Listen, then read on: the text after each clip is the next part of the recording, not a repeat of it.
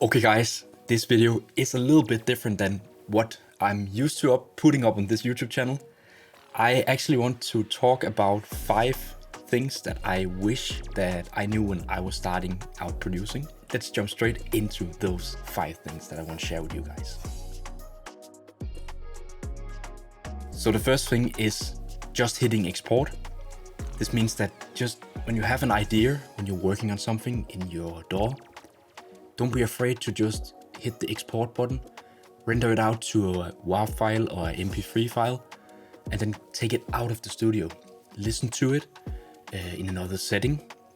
Try to find out what you like about the idea, what might be missing. When I do this, I actually tend to come up with new ideas for my idea, like the music project, if I go for a walk out in the nature. Just listen to the track on my headphones in a different space. It just makes a total amount of difference, and it actually makes you think a little bit different. And if I weren't not to export the idea, I might just have tossed it away and started working on something new. So it's a matter of trying to finish your stuff. It doesn't have to be completely finished and ready to send to a label, but more just to finish your ideas. Hit export. It does something to our brains that we actually think that we have accomplished something, that we can just check it off as finished and as done. And by just hitting that export button, you get way better at actually finishing your stuff, instead of just spending countless of hours in studio working on that 8-bar loop and actually not doing anything with it. And I have done this so many times, and it's actually one of the most annoying things that I didn't do anything to it before. So I've actually spent a lot of years working on stuff that never actually left my studio. And today I'm actually a little bit disappointed in myself that I actually just didn't put it out there. So I really encourage you to just hit export and get your stuff out there. Okay, so the next one is that don't pay too much attention to the small details. And what I mean about this is that you should find the main focus of your track idea, like what are the elements that you really enjoy in this idea and this project that you're working on. It could be the chords, it could be the cool bass line, it could be some vocal chops, whatever it is. Focus on those core elements and make them sound as good as possible. Instead of spending so much time on fine-tuning a snare drum or trying to EQ out some stuff and spending hours on like going through different loops and different one-shot samples, it can take away your focus on the track as a whole. So you really have to think about like where you want to go with your track. So focus on those core elements, get them right.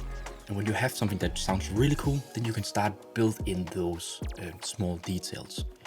When I produce, I spend most of my time finding the right sounds, the right elements that I love, like getting really cool chords, creating some melodies, finding some cool vocals, building some drums and a bass. When I have all these elements in place, I will just try to sketch out a song structure, and then I might go back and tweak something. But that's not my main focus. The main focus is getting a good foundation of sounds that really works well in my project. So I really encourage you to get a picture of where you want to take your track, find out why you liked it in the first place, why you wanted to spend so much time working on it in the first place, and stick to those elements. And then you can build on with some details and maybe tweaking a little bit afterwards. But that shouldn't be the main focus of when you're producing, because it can change the focus of where you're like going with your track. So yeah, that's my initial tip.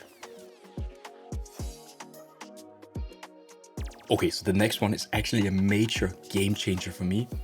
It is to use reference tracks. And what I mean about this is that you can both use them in a like mixing and mastering way, but I actually use them in a song structuring way. So I like to go and browse for some of my favorite artists, find some tracks that I like, put them into my session, and then I start to listen to the session. Then I put in markers like where is the intro, where is the build-up, where is the drop, how long is it, when is the breakdown and build-up, happening again, when is the next drop happening, and so on. Then I can sketch out like a song structure. Then I can mute the reference track, and then I can actually put in all of the elements that I built in my 8-bar loop into the song structure. So I have spent so many times on project sessions where I've just built a really cool 8-bar loop that I just enjoy. And it has so many cool elements, a really great groove, much flavors and so on. But when I get to the phase of actually turning this into a full song arrangement and structure, I just couldn't get it done. But when using reference tracks and sketching out a song structure using other artists' song structure, it just helps me to actually finish my stuff. So turning the 8-bar loop into a full song structure. So I really encourage you to go and find some tracks of artists that you like. Try to dissect where they are using like intros, build up and so on. So where their elements are structured, and then use the same framework for your own elements and put them in. It might sound that you're like copying the artist. I don't think that you're doing it, because you might use other elements and other sounds, so it will never actually sound the same. So I really encourage you to try this out. It can help you to finish more stuff. Okay, so the next one is perhaps one of the most important ones, and this is to embrace your own sound. And this means that you shouldn't be afraid of actually sticking with what you like. If you are producing something that might not like popular or fits into those Spotify playlists that you like, don't be afraid. Don't think too much about this, because it's actually the way of creating your own signature sound. I have myself a really hard time figuring out where my music style is positioned. Is it UK garage? Is it UK house? Is it lo-fi? Is it 90s house? I have a really hard time finding my like spot in the music genre industry, what you can call it. But I actually struggle a little bit with this, but then I turned my like mindset around and actually thought that it's pretty cool that I have a sound that's not really out there. It's not like a popular sound. It's actually kind of unique. So I turned this around and actually flipped it into something positive, that I can create something that is really not out there in the market. And I think that's a strong key aspect to take away with. So when you're producing and you come up with something and it might not sound like something that you've heard before, it's a good thing. Keep on sticking with those sounds. You should really believe in the sounds that you choose. If you have a really awesome session where you just keep head bobbing to your project and your idea, stick with it. Don't give up on it, even though that it don't remind you of anything that your favorite and popular artists are producing, because imitation is not the way. You shouldn't copy other artists exactly. You should really try to develop your own sound. So what you should try to do for yourself is to really figure out what kind of sounds that you like. You could make like a folder of presets and samples that you really enjoy working with, and that can be your go-to sample preset folder. So every time you load up a session, you can just go into that folder and start by using those sounds. And then over time, you actually get a signature sound. And that is, in my opinion, the best way to really stand out from the crowd. It is to develop your own signature sound. So yeah, the key takeaway is embrace your own sound. Really stick to it. Okay, so the last tip is really something that you should take away from this video. It is that you should not compare yourself to anybody else. It's really important for you to not compare yourself to your favorite artists, those like that have been in the game for over 15 years. If you're starting out, it can be really like demotivating to compare yourself with other artists. If you're starting out and your sound is not sounding like those like big artists, like your tracks are not sounding full and with the same energy and stuff. And it comes for a reason. if you have just started out producing for maybe 1 or 2 years, those guys and girls have been in the game for a lot of years. They have produced so many ideas, so many tracks, have released a lot of tracks. They have got so much feedback. There is a reason why they are up there. It's because they have put in so many hours of hard work, and it's not fair for yourself to compare yourself to where they are in their career, because you don't know like how much effort they have put into like their sound and their evolvement of as an artist. So what I really encourage you to do instead is, instead of comparing yourself to others, actually just compare yourself to your previous self. So if you're starting out, just try to become better each day. Try to experiment with new sounds. You could actually set up like a small list of goals or habits that you want to get when you're producing. That could be that you should maybe finish 3 to 4 ideas. These are just short ideas each week. You could also put in like a goal of sending out stuff to a label maybe 1 or 2 times a month, or even frequently.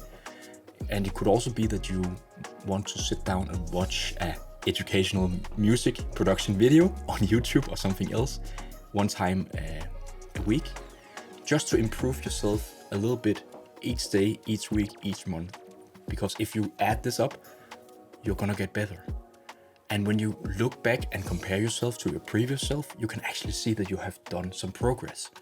So what I actually did, I put up some small measurable goals, and at least for my YouTube project, I set up to put out some videos, but I also set up like a goal of producing some beats. So I actually set up a goal of producing 40 beats in a year, and I accomplished that. And I actually gradually got even better at producing those beats.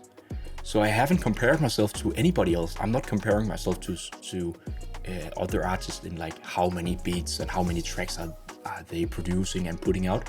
It's not so much important for me. For me, it's more important to see if I'm having progress, if I'm growing as an artist, developing my sound, getting better, learning new tools, new techniques and new tricks. It's much more important. It's a long game, and you really have to enjoy the ride of producing. Just keep on grinding your own little producer game, getting better and just improving every time. It's the key thing to actually becoming a better producer, in my opinion.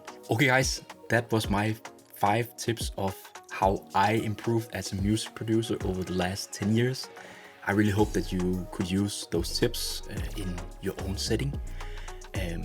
I really hope that these views on to becoming a better producer can be used by you. This is not like a fancy video. I just wanted to record this and share my experience and my own journey, and I really hope that it can motivate you to just keep on working on your ideas and your projects. And so yeah, I really hope you enjoyed the video. If you liked it, it would mean so much to me if you will smash that like button or even subscribe to the channel. And let me know if you want me to do more video content like this, where I'm just talking to the camera, because I actually think it's really funny to do this kind of video content. So yeah, and also if you want to get your hands on some samples and some preset packs to get inspired in the studio, I always have some samples on my webshop. You can go check that out in the link in the description. So yeah, I really hope to see you in the next video. Take care, peace.